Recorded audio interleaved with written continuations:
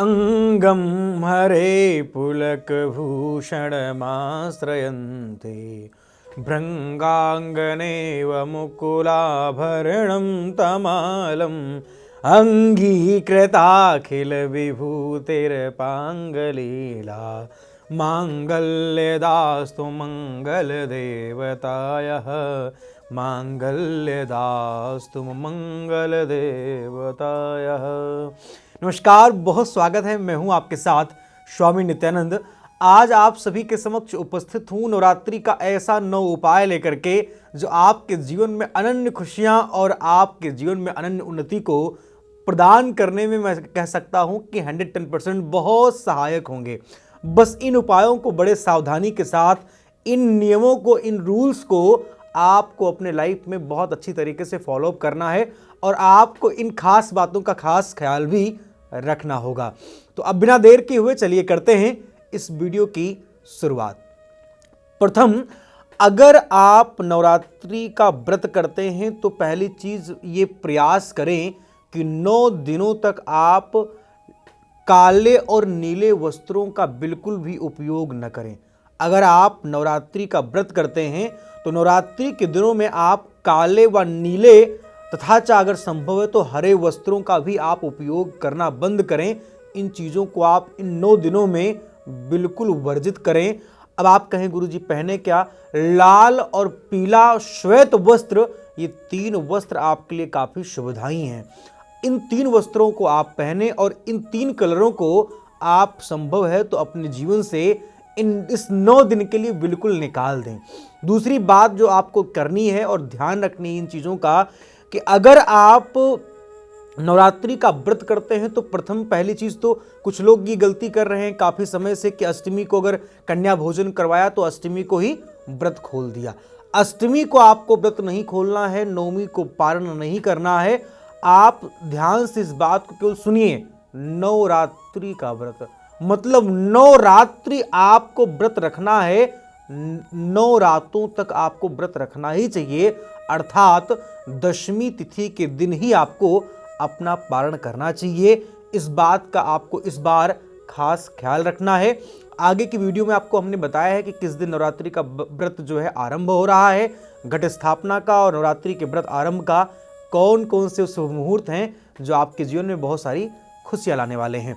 अब बात करते हैं अपनी तीसरी बात पर।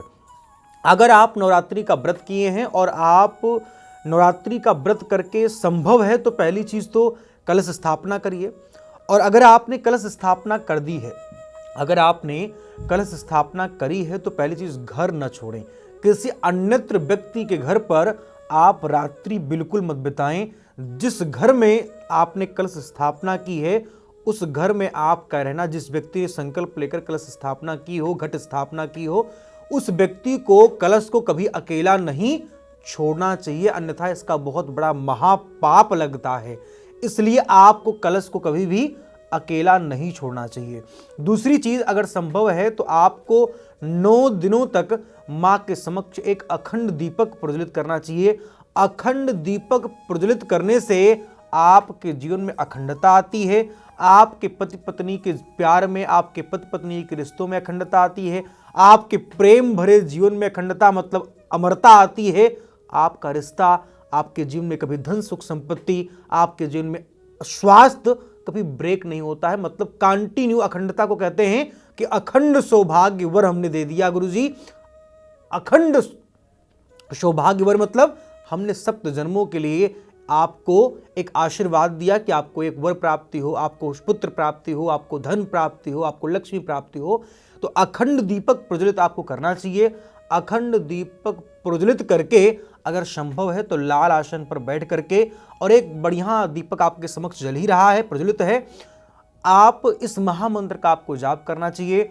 ओम क्लीं सर्वाबाधा विनिर्मुक्तो धन धान शतान्वितः मनुष्यो मत प्रसादेन भविष्यत न संशयः।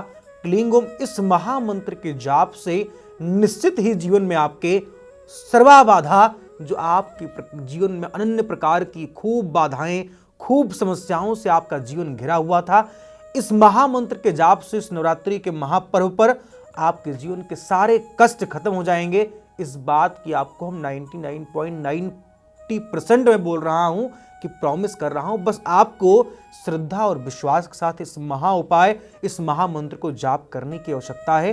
कहते हैं कि अगर विश्वास आप करते हैं तो काल ज्ञानम श्रद्धावान लभते ज्ञानम विश्वासम सुफलदायकम। अगर आपके अंदर श्रद्धा है तो विश्वास निश्चित आपको मिलता है और विश्वास के द्वारा ही आपको उसका फल भी प्रदान होता है। कहते हैं ना कि मानो तो शंकर नहीं तो कंकड़। पत्थर आप देखते हैं वही पत्थर पूजनीय होता है और वही पत्थर टाइल्स और मैं कह सकता हूं कि घर के उपयोगों में भी आता है। लेकिन आपके श्रद्धा के ऊपर ही उस पत्थर में इतनी बड़ी शक्ति आ जाती है कि आपकी मनोकामनाओं को पूर्ण करने का बहुत बड़ा एक कारण बन जाता है। तो आपकी श्रद्धा और आपके विश्वास पर ही डिपेंड करता है कि आपका कौन सा किया हुआ उपाय सफल होगा और कौन सा उपाय आपके लिए। आप बहुत करिए, विश्वास नहीं तो आपकी चीजें सफल नहीं हो पाएंगी। तो इसलिए कोई भी आप उपाय कर रहे हैं उसको बहुत श्रद्धा और विश्वास के साथ करें। साथ ही साथ अगर हो सकता है तो ओम ऐं ह्रीं क्लीं चामुंडाय विच्चे इस महामंत्र का भी आपको जाप करना चाहिए नवरात्रि के दिनों में।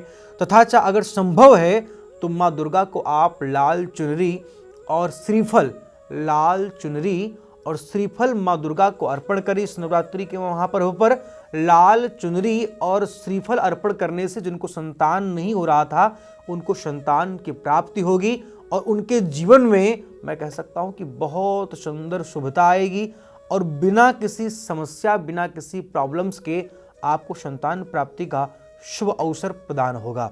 जो लोग अपना आराध्य मानते हैं माँ दुर्गा को, जो लोग अपना मैं कह सकता हूं कि माँ मानते हैं या अपनी मैं कह सकता हूं कि समस्त अपने जीवन में माँ दुर्गा के सिवा या माँ के सिवा उनके जीवन में कुछ है ही नहीं है, जो लोग अपना आराध्य या इष्ट हैं जिनकी माँ दुर्गा, उनको ये काम करना चाहिए कि माँ दुर्गा से इस नवरात्रि के महापर्व पर उनकी तस्वीर को, उनकी फोटोज़ को देख कर उनसे बात करने की कोशिश करनी चाहिए। माँ दुर्गा से आप उनकी तस्वीर, उनकी फोटो को देख करके अपनी प्रॉब्लम्स को उनके समक्ष रखें, क्योंकि कुपुत्रो जायेत क्वचदपि कुमाता न भवति, कुपुत्रो जायेत क्वचदपि कुमाता न भवति। हम आप गलत हो सकते हैं लेकिन माँ कभी कुमाता, पुत्र कुपुत्र हो सकता है लेकिन माँ कभी कुमाता नहीं होती है। माँ से अगर अपनी दुखों को आप कहेंगे और माँ के समक्ष आप प्रयास करें कि आपसे वो बातें कर रही, आप अपने मन में ऐसी भावनाओं को प्रकट करिए, उनकी तस्वीर को, उनकी फोटोज़ को देख करके और अपनी प्रॉब्लम्स को, अपनी समस्याओं को उनके समक्ष रखिए। हे माँ मुझे इस संकट से, हे माँ मुझे इस संकट से, इस दुख से, इस समस्या से बाहर निकालिए। निश्चित मेरी शेरों वाली माँ आप सब पर बहुत बड़ी कृपा करेंगी। और आप एक बार विश्वास करने की आपको देरी है, एक बार आप विश्वास करिए, फिर आपको मुझे लगता नहीं है कि आपके जीवन में कुछ ऐसा नहीं जो प्राप्त नहीं होगा। तथा अगर जितना हो सकता है आप नवरात्रि के इस महापर्व पर माँ की सेवा करें, नित्य पंचोपचार पूजन करें। पंचोपचार पूजन मतलब दूध, दही, घी, शक्कर इत्यादि जो भी समर्पित कर सकते हैं, अर्पण कर सकते हैं, माँ को अर्पण करें। तदुपरांत नित्य उनको स्नान करवाएं, नित्य उनकी चुनरी, उनके वस्त्र, उपवस्त्र चेंज करें। दूसरी चीज़ कलश की, रोज कलश में अपने चारों तरफ कलश के जल डालें।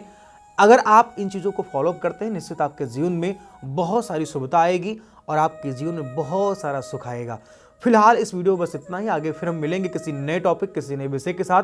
अगर आपका कोई प्रश्न है, अगर आपका कोई क्वेश्चन है तो आपके जो स्क्रीन पे हमारा नंबर फ्लैश हो रहा है, इस नंबर पर आप हमें कॉल करके हमसे जुड़ सकते हैं, जान सकते हैं अपने और अपनों के बारे में। और अगर आपका कोई विशेष प्रश्न है तो हमें आप कमेंट सेशन में कमेंट करके जरूर बताएं कि आपका क्या राय है। और अगर आपको ये जानकारी अच्छी लगी हो तो अपने और अपने दोस्तों तक जरूर शेयर करें। हरे कृष्ण, नमस्कार, जय माता।